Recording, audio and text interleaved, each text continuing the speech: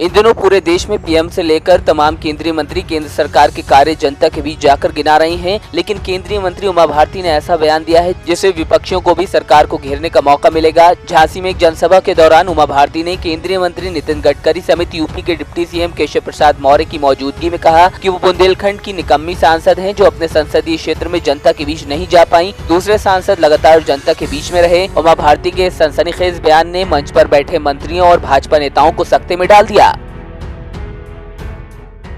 नितिन जी मेरी जिंदगी में बहुत महत्वपूर्ण भूमिका में रहे हैं। मुझे तो ज्यादा बोलना ही नहीं है क्योंकि मैं तो झांसी में बचपन से बोल रही हूँ। जब 8 साल की थी तब से मेरे प्रवचन चले हैं और फिर झांसी के लोगों ने मुझे सांसद बना दिया और 2 लाख वोटों से मुझे यहाँ से जिता करके भेजा और मैं तो इतनी निकम्मी सांसद साबित हुई हूँ। मैं आपको बताऊं, जैसे भानु भैया हैं मैं उनके उल्टे साबित हुई हूँ। वो इतना गांव में जाकर के घूमते हैं और मेरी हालत ये रही कि मैं सचमुच में जिस तरह से मुझे आपसे संपर्क करना चाहिए था मैंने किया नहीं, लेकिन फिर भी आपकी मेरे ऊपर बहुत कृपा है क्योंकि लोग मुझे कह रहे हैं कि कहीं भी आप मेरी निंदा नहीं करते हो और आप कहीं भी ये नहीं कहते हो कि दीदी घूमी नहीं है। ये आपकी कृपा है और मैं इस आपकी कृपा का बोझ किसी ना किसी प्रकार से जीवन पर्यंत जब तक मरूंगी नहीं मैं उतारती रहूंगी।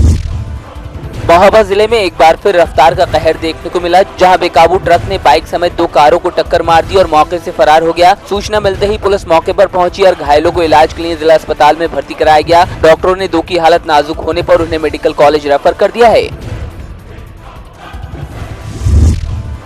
महोबा में चोरों ने एक साथ आधा दर्जन से ज्यादा घरों में चोरी करके पुलिस की कार्यप्रणाली पर सवालिया निशान खड़ा कर दिया है। चोरी की वारदात से पूरे गांव में हड़कंप मचा है। सूचना मिलने के बाद मौके पर पहुंची पुलिस चोरों की तलाश में जुटी है। पूरा मामला मोहबगंज थाना क्षेत्र के ग्राम पहाड़िया का है, जहां चोरों ने आधा दर्जन घरों को निशाना बनाकर लाखों रुपए की नकदी और जेवरात पर हाथ साफ कर दिया। सुबह होने पर ग्रामीणों को चोरी की बात पता चली तो हड़कंप मच गया। इन ताबड़तोड़ चोरियों से पुलिस की मुस्तैदी पर एक बार फिर सवाल खड़े हुए हैं।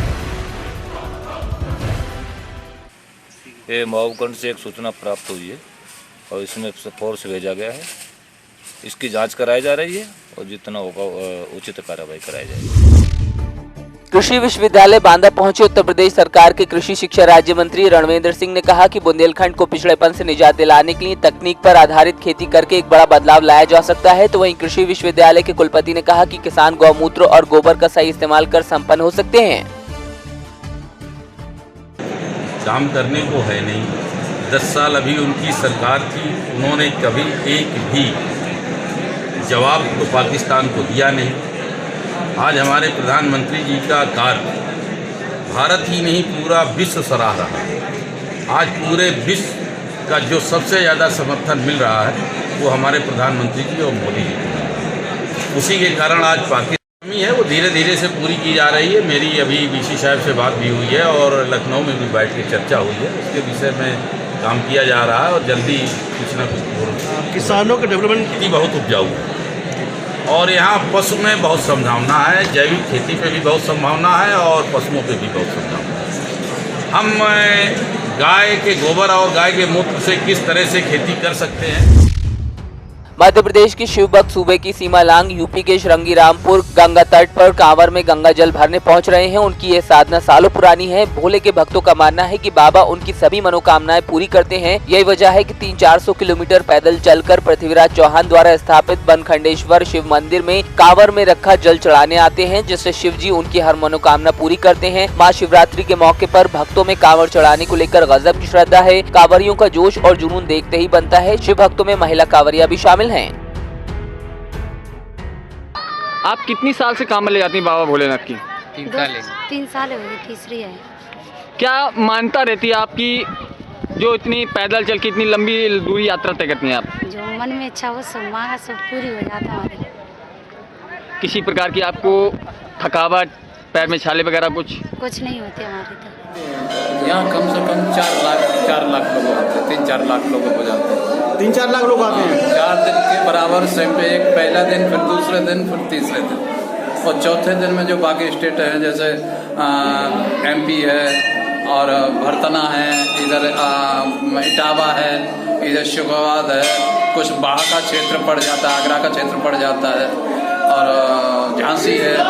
ये सब जगहों से यहाँ पर लोग श्रृंगी ऋषि महाराज का क्या महत्व है, इतने लोग दूर दूर से दर्शन करने आते हैं? श्रृंगी ऋषि का सबसे पहला महत्व है, प्रथम पुत्र ये में पारंगत थे, तो ये पुत्र की उत्पत्ति के लिए इनका आशीर्वाद बहुत ही मुख्य है। और उसी के लिए अधिकतर कम से कम 70% लोग बच्चे की और अपनी मनोकामना की सिद्धि उसके लिए भागते हैं और वो हो जाता है। कांवड़ियों की सुरक्षा के लिए कांवड़ियों की सुरक्षा के लिए रास्ते में, मार्ग में हमारी ड्यूटी लगी हुई है।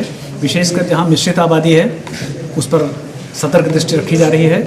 और कांवड़िए जल भरकर जलाभिषेक के लिए, चाहे वो गोला गोकर्णनाथ वाले रास्ते से आगे जा रहे हों या कल उन्हें पुठरी जाना है, नवाबगंज थाना क्षेत्र में यहाँ जा रहे हों, दोनों मार्गों पर समुचित सुरक्षा व्यवस्था की गई। रविवार को राधापुरम से लेकर मंडी चौराहे तक लंबा जाम देखने को मिला। ऐसा ही नजारा मथुरा मंडी क्षेत्र में देखा गया। जाम में फंसे हजारों वाहन घंटों तक जूझते रहे। हाईवे पर जाम के कारण कई किलोमीटर लंबी लाइन लग गई, फिर भी पुलिस प्रशासन मौके पर नहीं पहुंचा। अब यह हाल रोज का हो चला है। देखना होगा कि पुलिस प्रशासन कब इसके व्यापक इंतजाम कर पाता है या फिर राहगीरों को इसी तरह रोज जाम से जूझना पड़ेगा।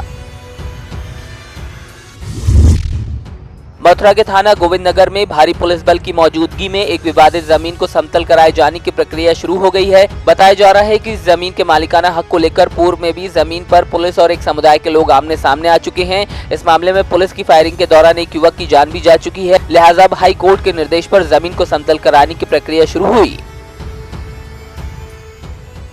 यहाँ पे महिपाल सिंह सोरावाले की जमीन है, जिसपे माननीय उच्च न्यायालय के आदेश के अनुपालनार्थ समतलीकरण की कार्रवाई चल रही है।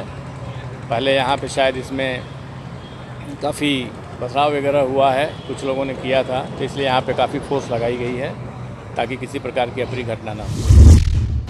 बुलंदशहर की सिकंदराबाद कोतवाली इलाके के सुखलालपुर तिराहे पर पुलिस ने 3 लुटेरों को गिरफ्तार किया है। लुटेरों के कब्जे से पुलिस ने भारी मात्रा में अवैध हथियार और कारतूस बरामद किए। पुलिस की माने तो इनके ऊपर गंभीर धाराओं में पहले से मामले दर्ज हैं।